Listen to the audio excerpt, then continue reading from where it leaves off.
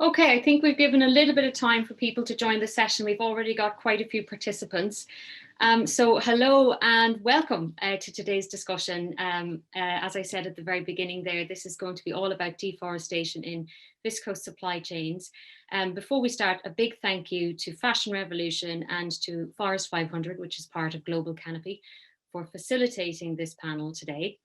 My name is Anne-Marie Tomchak and I'm a journalist and an entrepreneur. I've worked across the fashion, the technology and the news media landscape, and I'm now working in the circular fashion space and in sustainability. And I'm going to be moderating today's panel discussion. Before we get started, let me just give you a little bit of an idea of how the panel discussion will be structured. So we're basically going to be talking about some of the problems and the risks associated with deforestation. But we will get time for you to ask your questions. We'll make some time for that. So if you want to ask a question, please feel free to drop it into the Q&A section here on Zoom. And we'll make some time at the halfway through point, and we'll also try and make some time at the very end as well. And if you've registered for this event, but for some reason you have to dip away or you haven't had the time to attend the event in full, don't worry, because we will be sending out a recording of this event to all of those who have already registered, so you can watch it back. So before we get underway, I want to introduce the brilliant panel that we have here today. We've got speakers from Fashion Revolution, from Marks and Spencer, from Canopy, and then from Global Canopy as well, from Forest 500. Delphine Williot, who's the Policy and Research Coordinator at Fashion Revolution. Emma Thomson, the Forest 500 lead for Global Canopy. Nicole Rycroft, the founder and the executive director of Canopy. And Elodie Gilart, senior sustainability manager at Marks and Spencer's. So to kick things off, I think it'd be great just to hear a little bit from each of our speakers, to hear about your respective roles and to understand a little bit more about what you do. Emma, could we start with you, please? Yeah, hi everyone. Apologies for my unusual lighting situation that's suddenly changed. It's that time of day, isn't it? Yeah, I'll sort it out in a minute. But yeah, thank you everyone so much for joining us. I lead the Forest 500 project at Global Canopy, and it is a project where we identify the companies and financial institutions with the greatest exposure to deforestation and influence on deforestation, and then assess them on the strength and the implementation of their deforestation and human rights policies. Yeah, great to be here. Thank you very much, Emma. Delphine from Fashion Revolution, can you tell us a little bit about what you do? Yes, of course. So I do the research and the writing of the Fashion Transparency Index, which is our main report that reviews and ranks 250 of the world's largest brands and retailers on their environmental and human rights policies and impacts based on public disclosure. And I also coordinate our Brazil edition and co-lead our upcoming living wage campaign at EU level. So you are very busy. Nicole, it'd be great to hear from you too. Sure. So I'm Nicole Rycroft. I'm Canopy's founder and executive director in this. There are a lot of Canopies on today's call with ourselves, which you can potentially sometimes call Canopy Planet and Global Canopy. But given that we're talking about forests and deforestation, that seems totally appropriate. But Canopy is a solutions-driven NGO. We work to protect the world's forests, species, climate, help advance frontline community rights. And we do that by harnessing the purchasing power of the marketplace to transform unsustainable supply chains towards circularity. We currently work with about 470 fashion brands to eliminate ancient and endangered forests from viscose and packaging, and to help kickstart the commercial production of next-gen solutions. Brilliant, thanks, Nicole. And Elodie from Marks and Spencer's, can you tell us a little bit about your role? Yeah, hi everyone. So I'm Elodie. I'm the Senior Sustainability Manager on raw materials and circularity for Marks and Spencer Clothing and Home. So obviously it's focusing mostly on the textile part of the business, making sure we adopt the best sustainable practices when it comes to our raw material and fabric selections. Thank you very much to each of the panelists. Now let's start the discussion by talking about the problem first of all. We'll make enough time to talk about the solutions as well, but let's just discuss this subject of deforestation and the problems or the risks associated with it, and how this is linked to fashion. Emma, as someone who's working on the Forest 500, can you just give us a little bit of insight into the kind of problems that people should know about? Yeah, of course. So I think that deforestation isn't something that we necessarily think about in relation to fashion or our clothes or our shoes that often. I think it's something that for many of us is happening very far away, and perhaps something that we maybe think of more in association with kind of furniture or food. So I think about palm oil and maybe even beef. But a lot of the clothes that we do wear are made from viscose, which is a man-made fiber made from wood pulp. It's also sometimes called cellulose or rayon, and it is a material that can be very much connected to deforestation, as well as the human rights abuses that are associated with deforestation too. We have seen companies kind of switching to use cellulose as a kind of a sustainable alternative to more fossil fuel-based fibers. But just because a fiber is free from fossil fuels, it doesn't mean that cellulosic fibers are sustainable, especially if they are contributing to deforestation, which is also a key driver of the climate crisis. We know that forests, including those in tropical regions, but also boreal as well, are being cleared for wood pulp, which is used to make cellulose. And in Forest 500, we found that 41 of those 350 companies with the greatest influence on tropical deforestation are exposed to cellulose through their supply chains, and 27 of those are fashion retailers. So when we look at those 27, we found that not only are many of their policies on deforestation quite weak, but that their implementation of those commitments is significantly lacking as well. And I think a key issue in all commodity supply chains, including cellulose, is that of traceability and also transparency. And in fashion supply chains, as I'm sure we will cover in a lot more detail, there are a huge number of steps within the supply chain. So what we've seen in Forest 500 is many companies failing to publish supplier lists or sourcing regions, which means that we don't know if those companies know who or where they're sourcing from, and if they're contributing to deforestation or kind of the associated human rights abuses. Well, this feels like the perfect time to bring in Delphine, listening to Emma talk about traceability and transparency and the work that you're doing around the Fashion Transparency Index with Fashion Revolution. Is there overall a lack of action by companies based on the data that you're gathering year on year?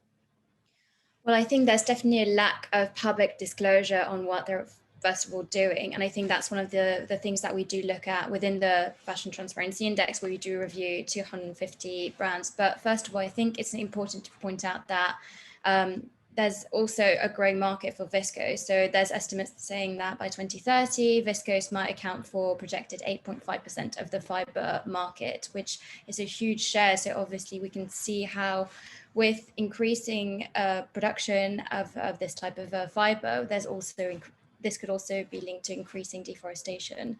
So with this in mind, when we did the research for the Fashion Transparency Index, what we found is that 44% of brands disclose a time-bound strategy on sustainable materials, but only 37% of brands actually disclose progress on what that means in terms of achieving this. And even fewer actually disclose what tool or processes they use to define what a sustainable material is. And I think that's a key issue within the fashion industry. And it's also linked to the viscose production, as we can see that within the fashion industry, there's also a lack of visibility as to what makes a fiber sustainable in the first place. So if in your books, or if in a brand's books, using viscose is considered sustainable because it is directly taken from nature and it's a natural fiber as opposed to fossil fuel-based fiber, then ultimately that is also a potential huge issue. And so this is why we also looked at deforestation within our index, and we found that just 1 in 10 brands actually publish measurable commitment to deforestation, and only 8% actually report on their progress, while many of them actually focus on FSC packaging rather than talking about their viscose strategy. So that's another thing that we found through our research, is there's a huge, because there are clear links between the packaging industry and deforestation, we feel that most brands have focused their attention on using FSC certified packaging rather than looking at fibers like viscose, and ultimately looking at the way this viscose is produced.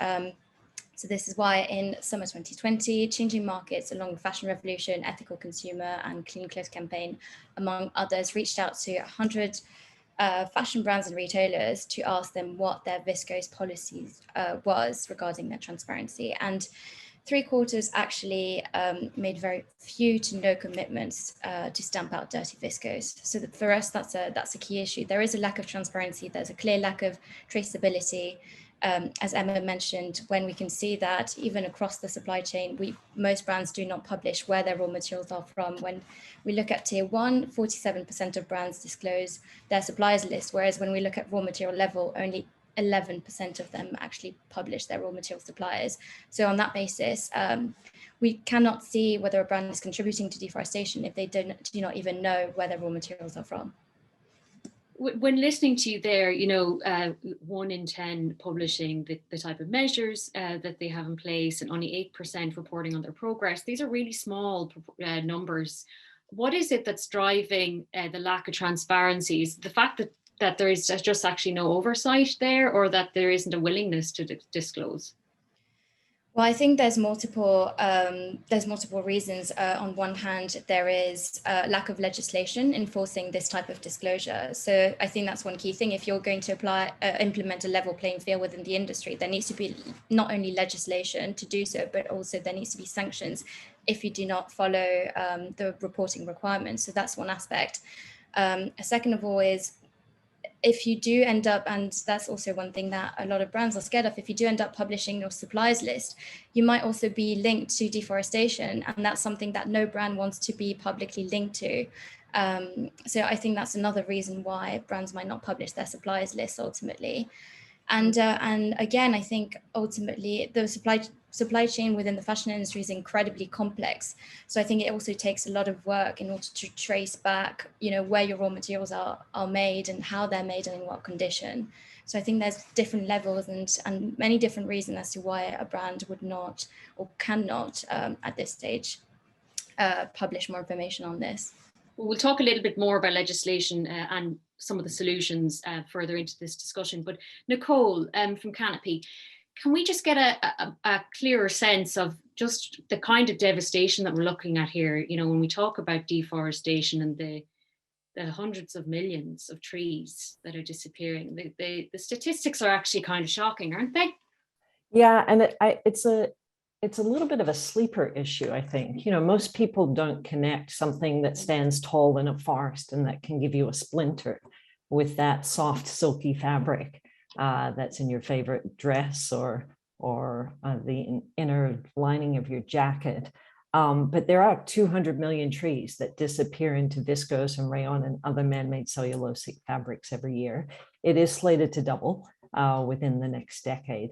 And I think there is a growing awareness that continued deforestation and forest degradation, which is equally devastating on carbon and species-rich ecosystems and frontline communities that live adjacent or in these areas, that basically continued operations that lead to deforestation and forest degradation in the world's ancient and endangered forests and high carbon value landscapes, that is akin to continued fossil fuel exploitation and development. And so it does have a big environmental footprint that doesn't necessarily show up on the price tag. But I think one of the things that is promising about the viscose supply chain is that we are at this inflection point. It has a huge footprint currently, and it is slated to double within the next decade. And so we do have this opportunity to redirect this supply chain to be fundamentally more sustainable and to be drawing on what are currently seen as waste kind of stocks, like waste textiles that end up in landfill or agricultural residues that would otherwise be burnt. There are 100 billion items of clothing that are produced every year and 60% of those end up in landfill, generally within the first 12 months. So that's It's massive. just astonishing. It is. It's an incredible statistic, right? Like, I mean, it's just hard to wrap your head around. But that level of production, of course, there are issues associated with that scale of production, but there is an incredible, we are literally drowning in waste. But in nature, there's no such thing as waste. It's all part of a perpetual cycle. And I think what we've seen within Canopy and our work with fashion brands over the last number of years, and with many viscose producers as well, is that eliminating ancient and endangered forest fiber practices like deforestation and forest degradation is kind of like the minimum bar that we're looking to clear as we move towards more circularity and fundamentally more sustainable production. Elodie, I want to bring you in because Nicole paints, this very stark picture of us drowning in waste, and the kind of disconnect between those numbers of 200 million trees and then the little item of clothing that we might see when we go into a department store. And you, as somebody who's working in the retail sector, could I ask you a little bit about the challenges then that there are from someone who's actually working in that space when you become aware of how this supply chain possibly works? How do you even begin navigating that? Yeah, I think we've been, I think at Marks & Spencer, we've been aware of those risks for, that's something we've been working on for quite a long time. But yes, I think the challenge is that it's a very complex supply chain. In terms of visibility, we know which mills we're using, the ones that are producing the viscose that are used in our garment, for example, and we are quite transparent on that. We put them online, and we try to share. The challenge is really what happened beyond that. They may use the wood pulp from different supplier. We themselves are using wood coming from different forests, etc. And that's far down the supply chain that this deforestation risk happen. And that's where we often lack the leverage and the influence to really create change. So I think that's the main challenge. Viscose for us is very important. It's our top 3 fiber after cotton and polyester. So we're fully aware of our responsibility, and we it's a clear goal for us to eliminate deforestation for the production of all our products.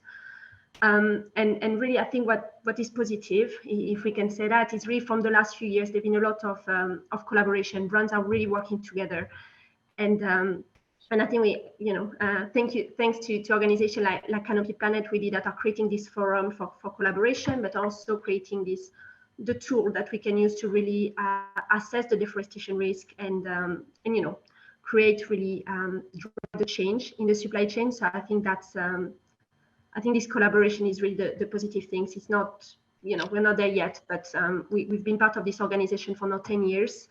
We're part of their leader group alongside 4 other brands, and really we've seen the change, and there is a lot to do still, but I think it's been quite already. We've seen very positive results in the way we can influence the supply chain to change in the right direction. Mm-hmm. So you're feeling a bit encouraged. Delphine, can I just ask you about listening to Nicole just talk about the devastation that's happening to the planet and the kind of environmental consequences that there are with that. But there's also the people involved. And this is something that it's impossible to talk about any of this without speaking about human rights as well, and the people that are impacted by this. They're just this absolute devastation. What's your insight on that? Well, I think ultimately any type of environmental impact, especially in the fashion industry, has huge ramifications on the garment workers and the communities who work as part of the supply chain. And with this in mind, when it comes to deforestation, this is huge. Well, this is linked to Indigenous rights and breaching of their rights, but it's also linked to chemical exposure of workers and the destruction of local biodiversity. So we often associate the fashion industry as being highly polluting, and specifically we associate it with water pollution when it comes down to dyeing. But when we think of viscose production, actually, there's a lot of extremely hazardous chemicals that are being used in order to produce that fiber, and that's a huge health and safety risk as well for the garment workers. So when we know that according to the World Bank, 20% of water pollution is caused by textile processing. It's not just dyeing, it's also production of fibers like viscose. And this, in conjunction to the lack of water management within facilities, the lack of appropriate PPE for local workers. On one hand, you have common workers who are going to be working in those factories, making those textiles, not having the appropriate PPE and managing hazardous chemicals, which will ultimately have huge impacts on their health. Then you also have the water management that might not be properly done. And so you have those chemicals that will end up in rivers and destroy the local ecosystem, but will also impact the health of its local community. So there's very different ramifications when you think about the production of viscose specifically. And yeah, I think it's something that we might not be aware because we often associate hazardous chemicals with dyeing, but it's also production of the fiber itself. Emma, I could see you nodding your head while Delphine was talking about that. Have you anything to add? Yeah, so I think kind of as Delphine mentioned, there are kind of human rights risks and impacts at all points of the supply chain, and that also includes the point of production, so either in the forest or on the land itself. And deforestation is frequently either directly linked to or preceded by human rights abuses and conflicts that directly impact the lives of rights holders on the ground. So the production of all forest risk commodities, including pulp for cellulose, is often linked with, as Delphine said, land grabbing and the displacement of Indigenous peoples and local communities. And in many ways, kind of their customary rights to land, resources and territory are being disregarded to clear that land. And in some cases, that does result in violence and even murder of members of the communities or of environmental and human rights defenders. And as these supply chains are so complex, those human rights abuses are often hidden very deep within the fashion supply chains, but it is really vital that kind of companies step up and place the rights of those communities on the ground at the fore and kind of commit to preventing land use conflict in their supply chain.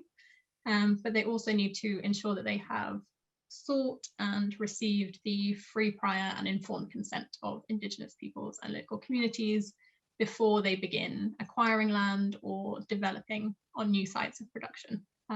So really good governance and oversight needed. Look, we could talk about this. I'm going to try and move the discussion along because we've got loads of really good questions coming in too. There are actually a few. So I'm going to try to get through as many as we can. And if any of you would like to take on some of these questions when I read them out, please feel free to do so. So here is one. Is there any assessment on the sustainability of viscose depending on the raw material used? What crops or residual biomass is considered as the best for producing viscose in environmental terms? And that question comes from Francesco. Who'd like to take that one on? I can jump in, or I assume, yes. Elodie, you'd probably be well positioned. We sat on the advisory committee of a life cycle analysis that was commissioned by Stella McCartney a number of years ago that looked at a variety of different feedstock scenarios, Indonesian rainforest fiber, plantation fiber, boreal forest fiber, so from virgin wood fiber from around the world, as well as recycled textile, agricultural residue, I think it was flax straw, overwhelmingly recycled textile or textile waste being recycled and processed, and agricultural residue in this instance, I think it was Belgian flax straw. Clearly lower carbon footprint, biodiversity footprints, land use, water, just across the board in terms of processing. So there are a number of those kind of technical studies. I'd be happy to follow up with folks if that's of real interest. That would be great. Elodie, do you have anything to add to that? Yeah, I can add as well that I think it depends also on the process. I think we are quite clear today that some processes are just more efficient also in terms of the energy consumption, water, chemicals. So I think it's also looking at, yes, the type of forest, if it's certified, the type of input they're using, but also how they're using them and the practice they have in place in their facility. And for us, it's a mix of both those requirements when it comes to our, of selecting our fiber actually. Mm-hmm. We will get back to some more of the questions nearer to the end of the session. There are some really good ones coming in, so I will try to go through as many as we can. But let's talk about the role of consumers now. You know, it feels like we're all consumers in a way, even if we're working in the industry. And I know myself as a consumer, although I try to exercise my due diligence and understand a little bit better about what I'm buying, it can sometimes just be difficult to work through what exactly this is that you're buying. You know, there are a lot of challenges there for consumers. So I feel like Elodie and Nicole, each of you might have something to say about that. Elodie, can we start with you? Because, you know, I go into Marks and Spencer's or lots of other stores. I don't always read the label of an item of clothing before I buy it. Now, I'm just being brutally honest. Probably more likely to start reading the label now. But even if you do read it, sometimes you have no idea what it even means, you know, and we are placing an awful lot of trust in the system, that the provenance of the item or that the way in which it's made, we're buying it in good faith. And we need to ensure that that system is actually doing us a service as well, rather than a disservice. So can we talk about that challenge that consumers have, and how do you approach that? How do you communicate this to them? Yeah, no, it's a very good question. We know that this appetite for more information on material and, you know, transparency on clothes is really growing, and it's really starting to also be a criteria when shopping. The challenge I think we have as a brand is what can we share without being too technical and still really not misleading the consumer. So we are trying to find this right balance. You have to know on the care label of your garment, you will also always say viscose, whether it's a sustainable one or not. So we're trying to create additional wording maybe that can help, but you know, there is no strict regulation on that. There is a new regulation from a guideline from the CMA that has been published a few months ago, which aimed to put a bit all brand on the level playing field, I would say. So we make sure that there is a bit more structure of what we can say or not. But I think even for us, sometimes it's a bit frustrating. We would like to share more at product level, but it is, you know, sometimes challenging to summarize all the work that has been done into few words. So we tend to publish a lot of information more on our website. So we have our policies and all the different rules we're using. But overall, I think it's a very positive thing, this push from the consumer. I think we didn't wait it for that, I think, to really to do the work. There is we've been sharing, as I said, our meals on an online map for a few years now. And behind the scene, a lot of work has been done for years at M&S to really make sure we have those high standards in terms of sustainable fibers. And also the work with the rest of the industry have been going on for a while. But having this constant push now and this growing, demand from the consumer really help us to keep this on top of our agenda and to really have more stakeholders that are willing to work with us to increase our leverage in the supply chain. So I think overall it is great that they have more interest in this topic and that they are more, you know, they're asking more from us. Because that trust for the consumer is everything. And, you know, once it's lost, it's actually really hard to get it back, isn't it? Where would Marks and Spencer's fare in terms of where it sits in the market? It sounds like you're doing a really good job and have been for a while, but there are ways of, I guess, measuring that. So where does M&S sit? I think we've been probably a bit shy of talking at product level, especially about what we've been doing. We have a lot of quite strict rules actually in terms of what we can source or not when it comes to viscose, for example. And it's I think it's been always a bit the worry to share too much and to share a lot of technical information that the consumer wasn't necessarily ready to understand. Mm-hmm. Now that they're more interested, it is for us now to prove that we can explain more and we can be more transparent about our work. So that's something we're trying to do. But again, this balance, it's a bit a difficult exercise. Nicole, can you put your consumer cap on now, as well as your industry cap, and Sure. share insights from both perspectives? Yeah, I think, this is a fascinating question because consumers, individual consumers, global citizens, as I would like to call us rather than as consumers, classify us, we have incredibly important roles to play. We vote with our dollars every day. We vote at the polling booth and we vote at the cash register. And so we have incredible potential to support and to motivate leadership by brands on sustainability, on a wide variety of issues, but on sustainability issues and with fashion brands and clothing retailers. on eliminating ancient and endangered forest, deforestation, forest degradation from the viscose and other supply chains. I think we have seen that that's an incredibly motivating force, with social media and the importance of brand integrity. Then as global citizens, we have more influence than ever before. And I would pick up on one of the things that Elodie said earlier on, which is around leveraging to drive change. And so just to switch from kind of individual consumer or global citizen to corporate consumer, I think, we're talking about transforming massive global supply chains so that ultimately all of us can make more sustainable choices. And so brands play a really critical role in enabling that. They have the purchasing influence to help incentivize change upstream or kind of on the ground on forest ecosystems and in the supply chain.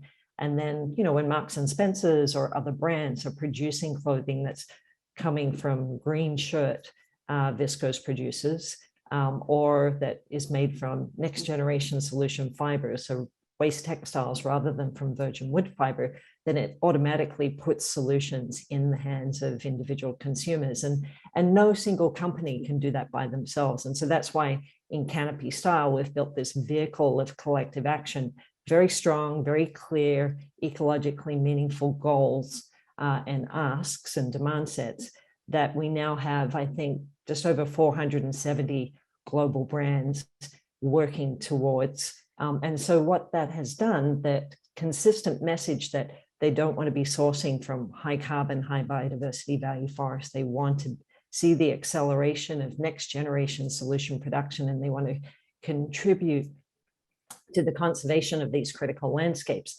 That has helped galvanize action by viscose producers. We now have more than 50% of global viscose production with green shirts in Canopy's hot button ranking. Of course, the other 50% are a work in progress, and those producers are having significant impact still. But I think that's where individual consumers can really step in and support brands that are leading the charge. And if brands aren't part of Canopy Style, or if they're showing up on the Forest 500 index, then you have the ability as an individual consumer, as a global citizen, to ask your favorite labels, your favorite retailers, why they're not part of Canopy Style.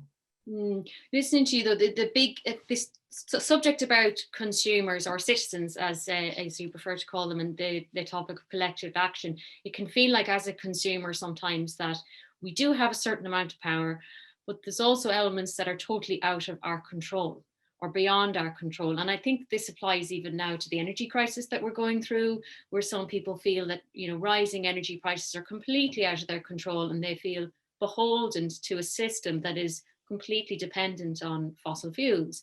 So in the context then of fashion, Delphine, can I ask you, do you see that there's a role for legislation, for example, because this is the classic part of the conversation coming up between consumers not shouldering the full burden of this, and that the law or regulations need to play a significant role, as well as us, exercising our rights and taking collective action to demand better. I'd say as an organisation, Fashion Revolution has always tried to raise awareness with consumers in order to make better purchases. However, it's really key that we acknowledge that it is not the responsibility of consumers alone to change an entire system. And I think that's where it's really key. And we're starting to see, we as an organisation are starting to leverage citizens and use their voice in order to demand for better legislation in order to achieve a level playing field. Because ultimately what we've seen from our research is that yes, there is a growing, there are growing demands from consumers, and yes, brands brands are starting to respond to these. However, in order to truly move at the pace that we need, and in order to truly move the entire system, we need legislation in order for all organizations that actually, or all brands and retailers that use viscose within their supply chain, to follow specific rules that would mean that they would not lead to deforestation. And with this in mind, we're also seeing upcoming legislation at EU level trying to legislate the fashion industry, which wasn't the case even 10 years ago. So, for instance, we're seeing an upcoming proposal of law on deforestation at EU level. The wording around whether viscose will be included is still needs to be discussed. At the moment, it covers commodities like cocoa, coffee, palm oil, and leather as well. So that's a huge step forward for the industry. There's also upcoming legislation linked to the EU textile strategy, which we hope will also include links to viscose and the impact of viscose on deforestation. So there's a huge, citizens can have a huge leverage by demanding that politicians actually listen to their call to stop fibers from leading to deforestation. And then lastly, there's another upcoming law called the Mandatory Human Rights and Environmental Due Diligence legislation at EU level, where any brand or company wanting to sell their products in the EU will have to do due diligence on their human rights and environmental risks, and that could cover deforestation as well. So as an organization, we're very positive about these changes, but we're also trying to leverage the voice of our followers, for instance, and of citizens around the world in order to demand for better legislation, as we feel this is truly the way forward in order to achieve systemic change. We're just about halfway through, or just over halfway through, and I know we said we'd wait till the end to go to some more questions, but there are actually some that have just come in that are totally relevant to this part of the chat. So I'm going to take the initiative and ask the question. And this one here is for either Nicole or Elodie. Could you tell us a little bit more about the tool that you developed to address deforestation risk in the viscose supply chain and how it works in practice? And this perfectly leads us on to the subject of solutions, because we really want to hear about, like, what are people developing, what kind of tools and solutions are there out there? Elodie? Do you want to present it to Nicole, and I can see how we use it?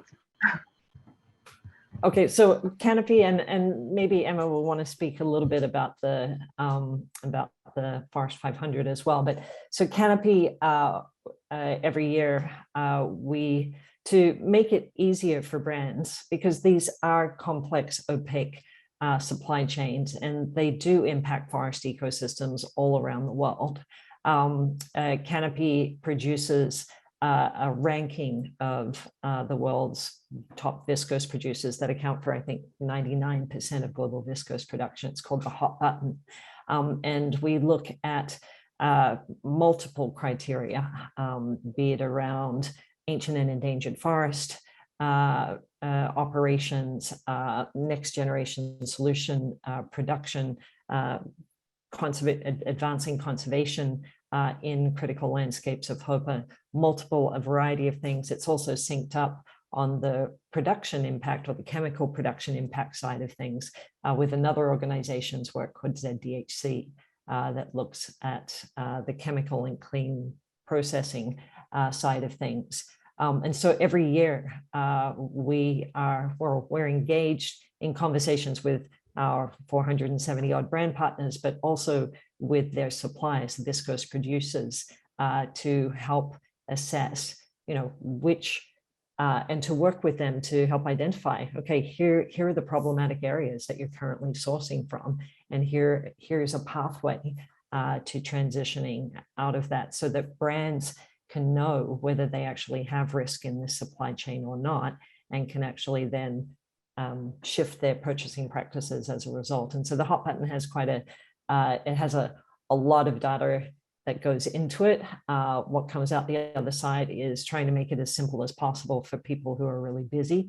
And so we have a green shirt ranking for those producers that are at low risk or are not sourcing from ancient and endangered forests, not associated with deforestation and forest degradation, right down to red shirt rankings. And if a shirt ranking has red in it, then that indicates that it does present operational risk of coming from an area that contributes to climate change or is socially controversial. Brilliant. And, Elodie, you've implemented some of these tools. Yes, exactly. So that's our really, we have quite strict rule, as I say, to source viscose or other man-made cellulosic fiber, and we do not accept any viscose that is not coming from one of those green shirt ranked mills. So that's our requirement, and that's been in place for a few years now. So we rely a lot on this tool, and we believe that's the best tool we have currently in the industry to assess this deforestation risk, but also to really create this incentive for those mills to continuously improve their practices. So yeah, it's a key tool for us in terms of our viscose sourcing. But we also made a commitment to switch to preferred viscose and preferred man-made cellulosic fiber altogether by 2025, which means that for us, those rules won't even be enough. So green shirt would still remain as a minimum standard. We will not be, sourcing fiber for anyone else.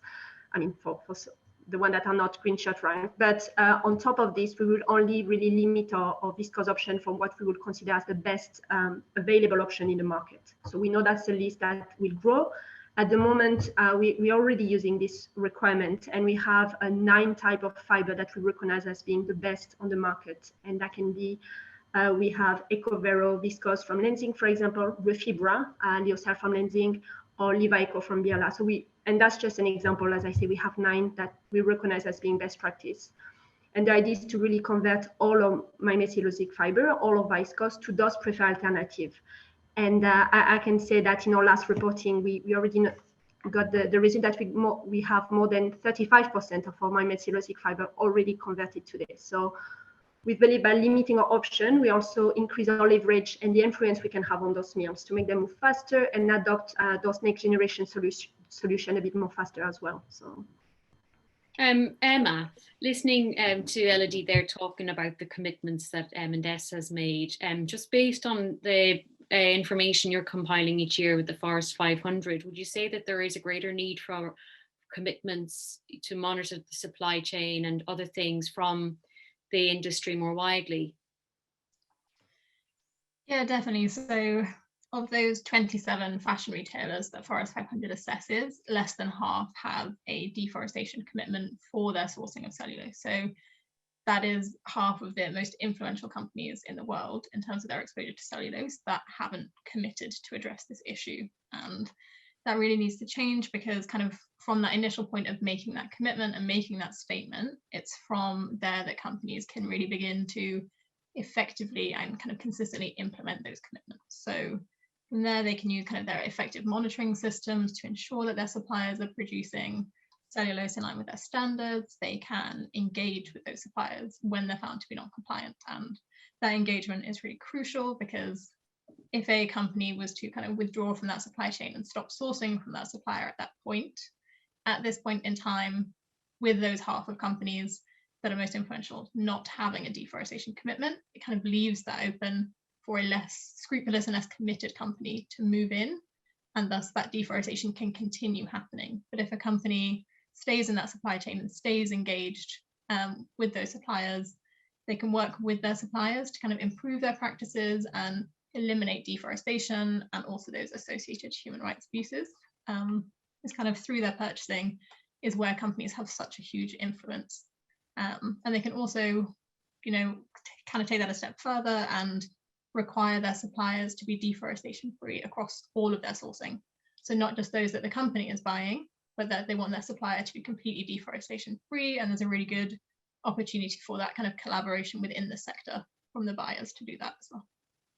Can we talk a little bit about, much of what you're describing is that the reputation of a company as well, and the kind of incentivization around that. And there's so much talk around ESG now in the investment space, and the public perception of a company and how valuable a company is on the basis of how well it is doing in terms of its environmental, its social, and its governance credentials. And it feels like there's this kind of tension going on, as you said, the companies who want to do right because it's the right thing to do, but then the kind of shortcuts that there are for the short-term returns that you're going to see. But that is starting to change, isn't it?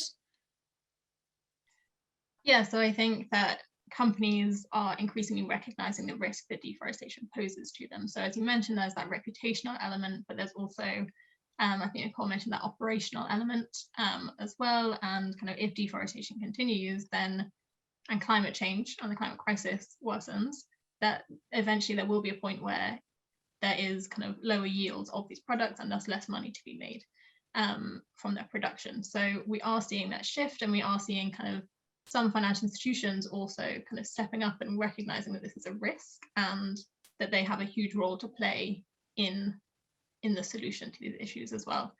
But yeah, there's still a lot of room for the finance sector to step up even further and make policies that can help push those companies as well.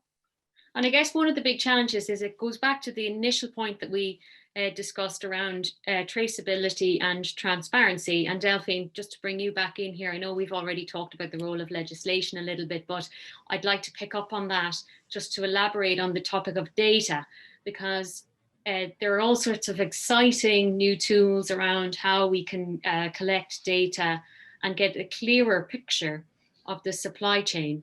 And really, you need collaboration across lots of different industries, because the fashion industry is quite multifaceted, isn't it? Yeah, absolutely. And as I've mentioned in our research, I think you cannot have reliable data ultimately if you do not have, first and foremost, transparency. And I think that's something that's absolutely key and what we're trying to push for is greater transparency across supply chain, and for brands to understand first and foremost where their raw materials are from, and in order to assess how they're actually made. And I think that's where data comes in. It's relevant not only for brands, it's relevant for NGOs as well, as it allows NGOs, journalists, lawmakers, trade unions, and so on, if there is reliable data, to scrutinize what companies are claiming on their human rights and their environmental impacts. It really helps hold brands and retailers accountable based on their policies and practices. And as Emma mentioned, it also enables collaboration, because ultimately, if you know that one of your competitors is sourcing the same raw material from a similar location and is facing similar issues, the idea of collaboration is really powerful, because it means that you can cease and mitigate and also prevent any future human rights and environmental abuse linked to that specific fiber.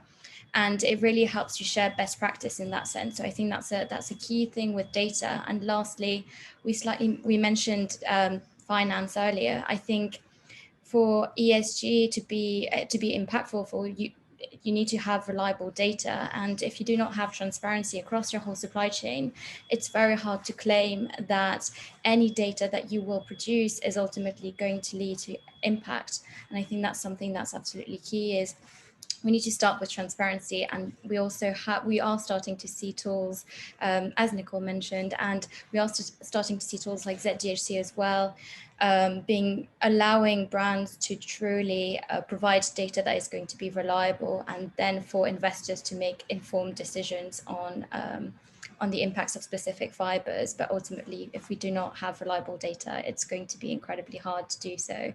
And the last bit I'll finish off with legislation as well. How do you hold brands accountable if there is existing legislation, but then the data is not reliable? Then how do you actually hold up that legislation as something that is impactful? And even for someone who works in the media, you know, there's a really big challenge for journalists now to tell the story of climate change or sustainability, you know, and to recognize the trusted and reliable tools that are available there. I know myself, when I've written stories about fast fashion brands, I'll have a look at the Fashion Transparency Index, for example, and try to specifically go in to check, you know, how a brand has fared. But it feels like there's potential or room for much more. And I'm sure you feel this, Delphine, when you're working on this, that, you know, there's room for more data there. I think, yeah, when I hear stats about the overall environmental impacts of the fashion industry, I always need to take a step back, because ultimately, when you know that, I think it's only 4% of brands provide data on their water consumption at raw material level. And then you see stats on water consumption for the fashion industry. It's just, you can see that there's a huge disconnect, and there is a huge gap when it comes to data, and it's across the entire supply chain. It's not to say that within owned operations, the data is already there.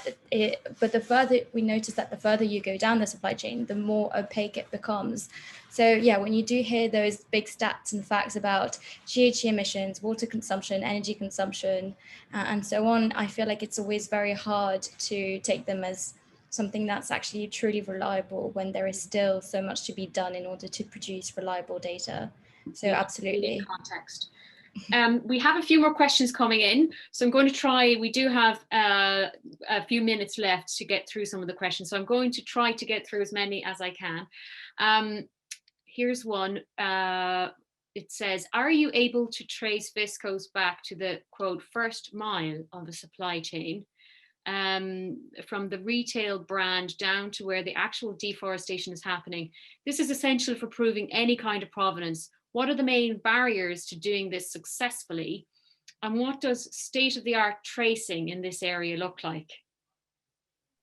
So I think that's going to be a question for Elodie, but I'd say, so what we've done at Canopy is we've done traceability from the viscose producer back to the forest floor, even sort of to like very specific forest region, forest operations, be it a high carbon value forest that is kind of presents risk, or a plantation that's ill-sited, it's on kind of peatlands, and needs to be sited somewhere else to really be sustainable, or it is in fact FSC certified forest operations. So we've kind of worked very diligently with brand partners, with producers, with viscose producers, to map that kind of forest floor to viscose supply chain. We are now working with a number of third-party, some blockchain, and Elodie will probably know sort of the names better. They're kind of eluding me right kind of at the moment, but that work from viscose producer up to brand. So kind of like joining the brand to fiber sort of part of the chain. So that effectively a safe and secure way to store the information so they can't be manipulated afterwards. Yeah, I think that's, I mean, this traceability piece for all raw material is really key at the moment within the industry, and there is a lot of different tools that are being developed and that we are piloting as well.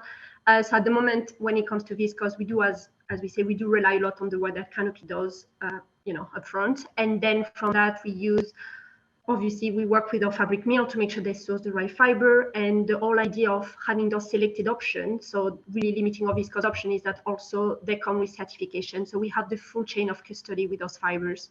We know they come from approved mills, but after that, we also have the license that really follow the fiber up to the final garment. So it gives us the assurance that it comes from the place we believe it should be coming from.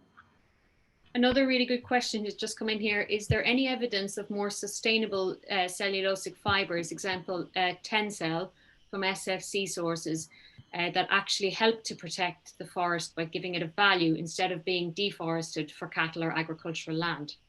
Which kind of like taps into the solutions and some of the exciting materials that are out there.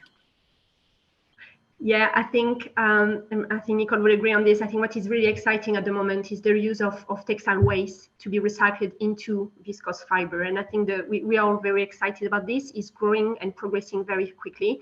And we are working, I think, in the industry to really make sure this feedstock is, we have the right supply chain that is ready to have a reliable feedstock in terms of volume and quality. And I will really, by using those waste from the textile supply chain mostly, but also waste that, garment that will end up maybe in landfill or incinerated, by recycling them into viscose, it's a fantastic technology, and it really allows us to rely less and less on forests. So for us, those next generation fiber, there is not that many of them commercially viable yet, but we have, it's progressing very quickly, and we are very optimistic on this. In fact, just yesterday, the world's very first waste textile pulp mill that's being built currently in Sweden, just yesterday they announced that they're doubling the production capacity at that mill because of the level of market interest that there is. And so I totally agree with Elodie and what you said earlier, that the green shirt, so making sure that viscose fiber that is forest-based fiber, that ensuring that comes from FSC certified forest operations that aren't in ancient and endangered forests, that aren't leading to any kind of deforestation. That's the absolute minimum bar moving forward. And these next generation solutions that rely on alternative fiber sources that are fundamentally more circular, that allow us to use 70% less energy and 90% less water and less and greener chemicals, that is the future of this supply chain. And there's like 25 to 30 game-changing technology entrepreneurs that are all at various stages of scale up. There are 4 conventional producers that are already producing these to market, Lenzing, Aditya, as notable standouts with that. But that's also where, you know, with the shift towards ESG and investment, there does need to be regulatory support for these new technologies and for recycling hubs. There does need to be investment into these new technologies. And so that's something that I think we're really hopeful and confident that that's going to shift quite quickly over the next 3 to 5 years. I think we just about have time for one more question, and it is still on the subject of next-gen materials and exciting things that are happening. This one's from Olga, who says, I'm working on the sustainable use of grass from road verges and from wood from tree maintenance. They make isolation material and bioplastics from these. Is there any experience using these resources for fashion? So using grass from wood that comes from tree maintenance. So that sounds quite innovative, or a circular model. And I suppose ultimately what, you know, the ultimate goal is to find regenerative solutions, isn't it? Not sustainability 2.0 is about regeneration. Yeah, no, I think that's definitely where we want to go, and we're gonna try to create this demand more and more, to be more vocal with our suppliers. For this specific technology, I'm not aware of it being tested, to be fair, but a lot of those innovations are still very small scale, as Nicole said, so it's not always necessarily viable yet for a brand like us, but we do try to support as much as possible their growth, and talking with these big mills as well to make them try those new feedstock as well as much as possible. So yeah, that sounds interesting too. I think we've only got about 2 minutes left, but I'd love to wrap this up on a positive note. And it feels like it has very much organically gone in that direction anyway, with a feeling of hope. Despite the dreadful numbers around deforestation and some of the risks, there are lots of exciting things happening. And I'd really like to just hear, you know, as succinctly as possible from each of the panelists about the thing that excites you most and the thing that you'd like to see changed. I know that's a very big challenge, but if anyone would like to volunteer on that front, just to wrap things up. Yeah, what's exciting you, Delphine?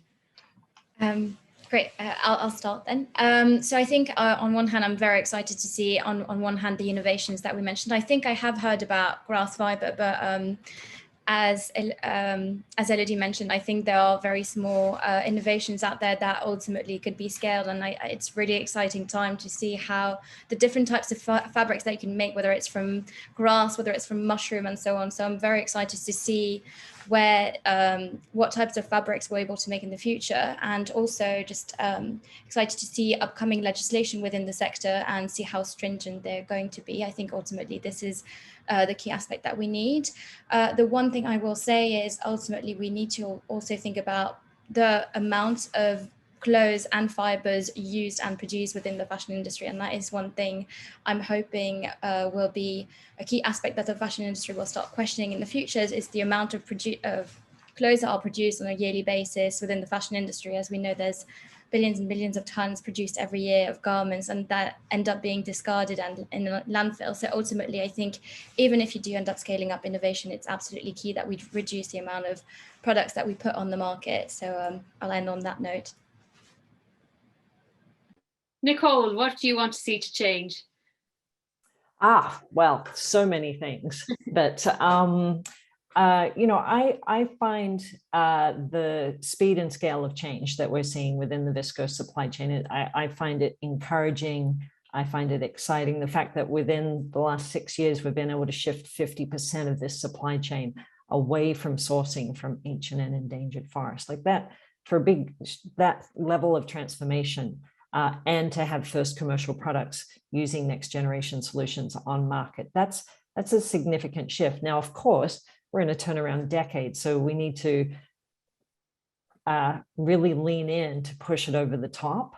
And next generation solutions are absolutely the future of this supply chain. Transforming, leaning in, mobilizing investment. I think brands continuing to be really clear, increasingly demanding and supporting the development of next generation solutions. The mobilization of investment towards it, I think, can be really pivotal, and we'll see large changes within this sector within the next 3 to 7 years by 2030. And I think we're all cognizant that we have a planet to save. Well, I hope we can come back and talk in 2030 and actually be looking back at all of the innovation and then looking ahead to 2050. Elodie and Emma, in a sentence, is there something you'd like to change or something you're excited about before we wrap things up? So yeah, no, next generation definitely something I'm excited about. In terms of what I would like to change, I think it's more policies, to be fair, more regulation, probably where the, at local level, where the deforestation is happening, local and national level. I think the awareness is here. We've seen it at the COP26, but yeah, looking forward to see this translated into action, to be honest. And Emma, final word to you, Forest 500. Yeah, I think companies that haven't yet made commitments need to set those commitments. They all need to implement them effectively. We need to see the finance sector step up, match those policies, and use their influence to drive change for companies, and stronger legislation from governments. It needs to apply to viscose, it needs to include human rights, and it needs to extend, kind of be as strong as it possibly can. And I think all of that together will make kind of the next few years really promising, hopefully, for deforestation-free fashion. Well, we've literally just wrapped up and we've run out of time, but before we go, I wanted to do two things. Firstly, say a huge thank you to our amazing panel, Emma Thomson from Forest 500, Delphine Williot from Fashion Revolution, Nicole Rycroft from Canopy, and Elodie Gilart from Marks & Spencer's. A massive thank you to you all for taking part in today's discussion. And before we go, I'd like to ask you to do a very short survey. It's going to come up on your screen at the very end here. So if you wouldn't mind hanging on to do that survey, it should just come up where you can give your feedback to us.